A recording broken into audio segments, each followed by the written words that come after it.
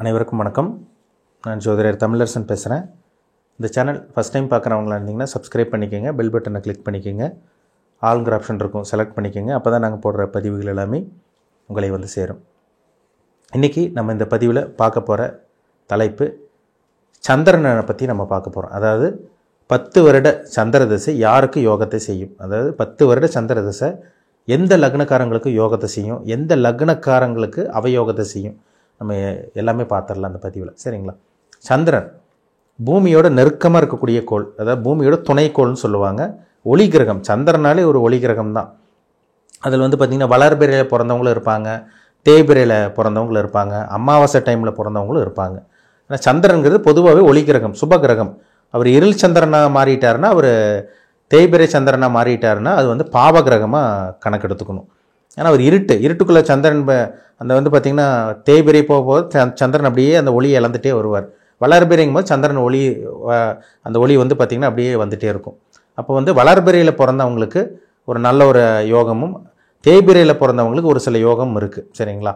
அதை வந்து அமாவாசை யோகம் சொல்லுவாங்க, பௌர்ணமி யோகம் சொல்லுவாங்க, சூரியனுக்கு 7ஆம் இடத்துல இருந்த பௌர்ணமி யோகம் சொல்லுவாங்க. இந்த மாதிரி நிறைய விஷயங்கள் இருக்குது. இப்போ சந்திரன் வந்து 10 வருடம் நடக்கும், 10 வருஷம் சந்திர திசை நடக்கும். எல்லாத்துக்கும் சந்திர திசை வந்துடாதுங்க. ஒரு சில நட்சத்திரக்காரங்களுக்கு சந்திர திசை கரெக்டான வயசில் வரும். ஒரு சில பேருக்கு பிறக்கும் போதே சந்திர திசை வரும். ஒரு சில பேருக்கு வந்து 10 வயசுக்கு அப்புறம் வரும். ஒரு சில பேருக்கு 25 வயசுக்கு அப்புறம் வரும். அதாவது அவங்கவுங்க வயதுக்கு தகுந்த மாதிரி வரும். நட்சத்திரம் ரொம்ப முக்கியம்.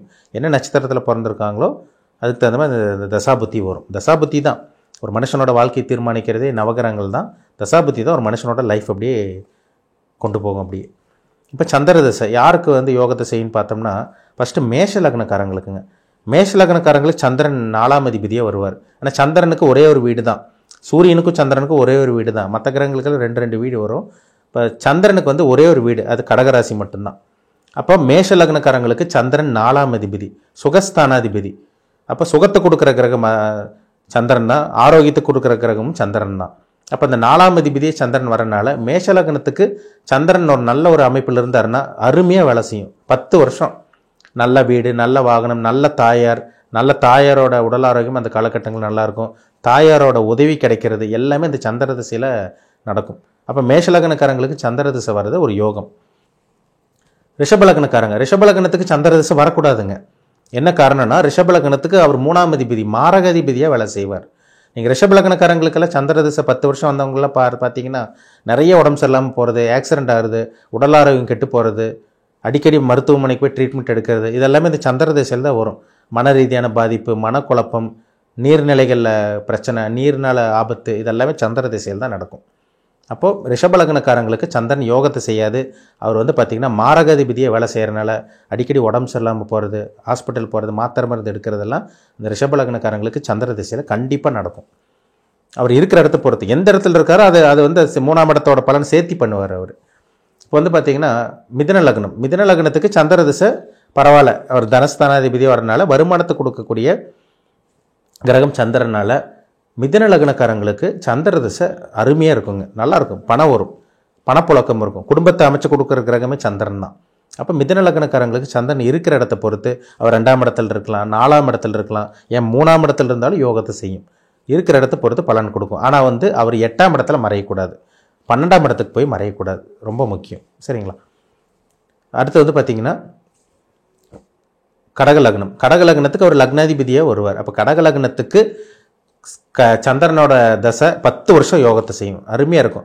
கடகலக்னத்தில் சந்திரன் ஒளிச்சந்திரனாக இருந்து லக்னத்திலே இருக்கலாம், இல்லை 2ஆம் இடத்துல இருக்கலாம், இல்லை 5ஆம் இடத்துல இருக்கலாம், இல்லை வந்து பார்த்திங்கன்னா 7ஆம் இடத்துல இருக்கலாம், சனியோட வீட்டில் கூட இருக்கலாம், தப்பு கிடையாது. அவர் லக்னத்தை பார்த்துருவார். 8ல் மறையக்கூடாது, அதே மாதிரி 12க்கு போகக்கூடாது. 6ல் மறைஞ்சால் கூட ஏதோ குருவோட தொடர்பு அப்படி இருந்தால் கூட உங்களுக்கு நல்லா தான் இருக்கும். 9ல் இருக்கலாம். பாகிஸ்தானத்தில் கடகலக்னத்துக்கு சந்திரன் 9ஆம் இடமான பாகிஸ்தானத்தில் மீனராசியில் கூட இருந்தாலும் யோகத்தை செய்யும்.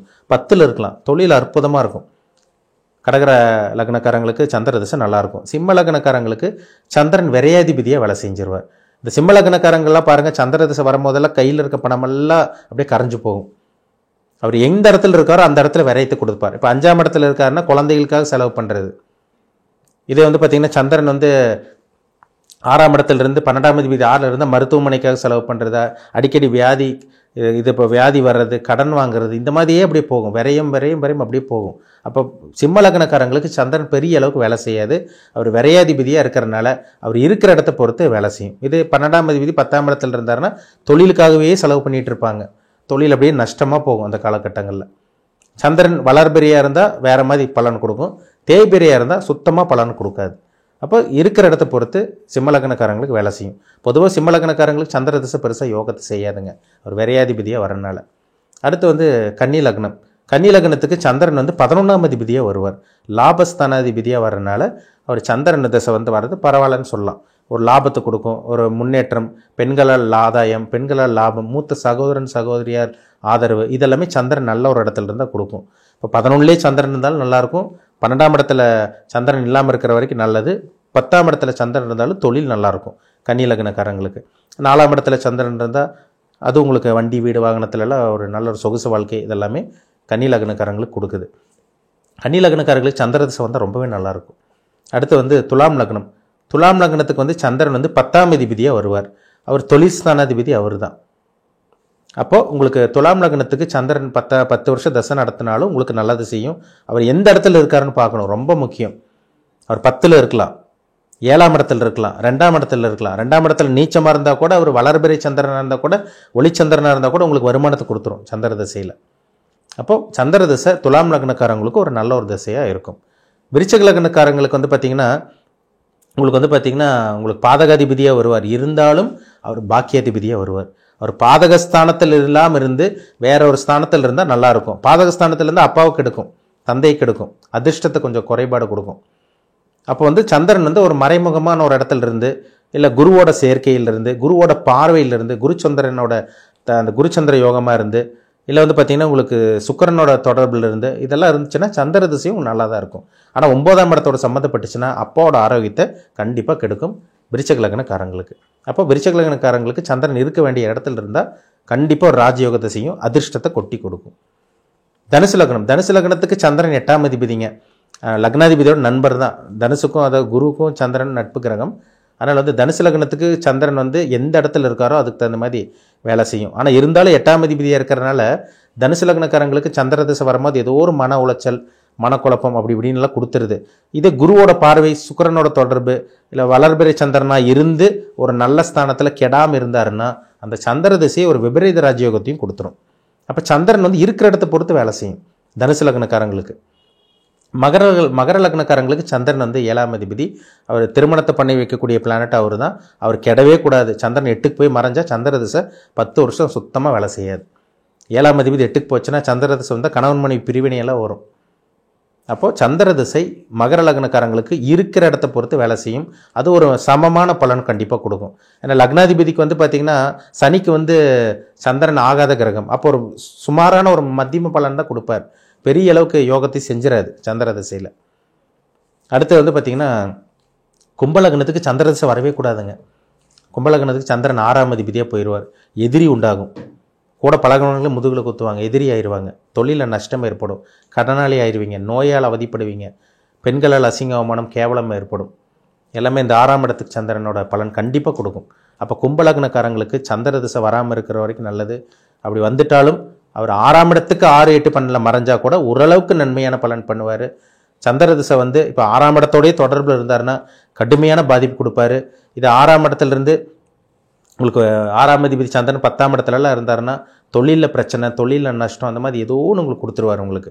அதனால் சந்திரன் கும்பலக்னக்காரங்களுக்கு சந்திர திசை அவயோகத்தை செய்யக்கூடிய தசையாக இருக்கும்.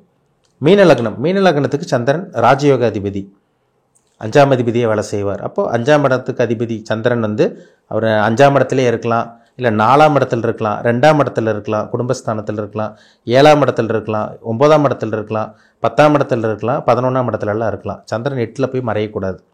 மீன லக்னத்துக்கு சந்திரன் 8ல் போய் மறைஞ்சானா நீங்கள் துலாம் ராசியாக இருப்பீங்க. மீன லக்னத்துக்கு பார்த்திங்கன்னா சந்திரன் 12ல் போய் மறைஞ்சாருன்னா நீங்கள் கும்பராசியாக இருப்பீங்க. சந்திரன் கெட்டு போகக்கூடாது, மனம் கெட்டு போகும், மனசு தெளிவு இருக்காது, குழப்பம் வரும். அப்போ ஒரு ஜாதகத்தில் சந்திரன் ரொம்ப முக்கியம். மீன லக்னக்காரங்களுக்கு சந்திர திசை வர்றது நல்லது. ஆனால் அந்த 10 வருஷம் சந்திர திசை உங்கள் ஜாதகத்தில் எந்த அமைப்பில் இருக்காருன்னு பாருங்கள். சந்திரன் கெடாமல் இருந்தாருன்னா அந்த மீன லக்னத்துக்கு பரிபூர்ண ராஜயோகத்தை, அதிர்ஷ்டத்தை வாரி வழங்குங்கிறதுல வாரி கொடுக்குங்கிறதுல சந்தேகமே கிடையாது. சரிங்களா? எந்த லக்னத்துக்கு சந்திர திசை வரக்கூடாது?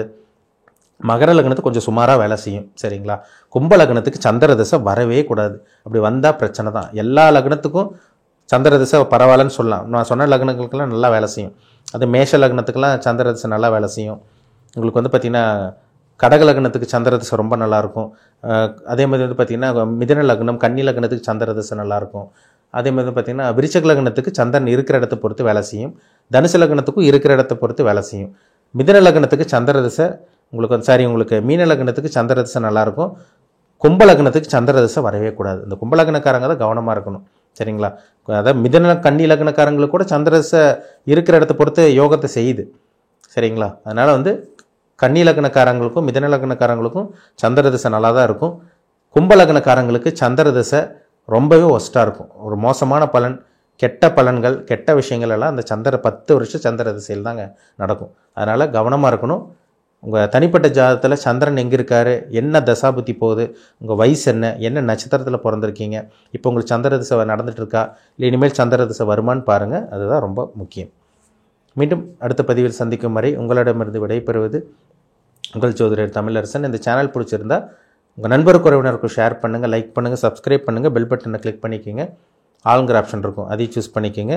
அப்போ தான் நாங்கள் போடுற பதிவுகள் எல்லாமே உங்களை வந்து சேரும். நன்றி, வணக்கம்.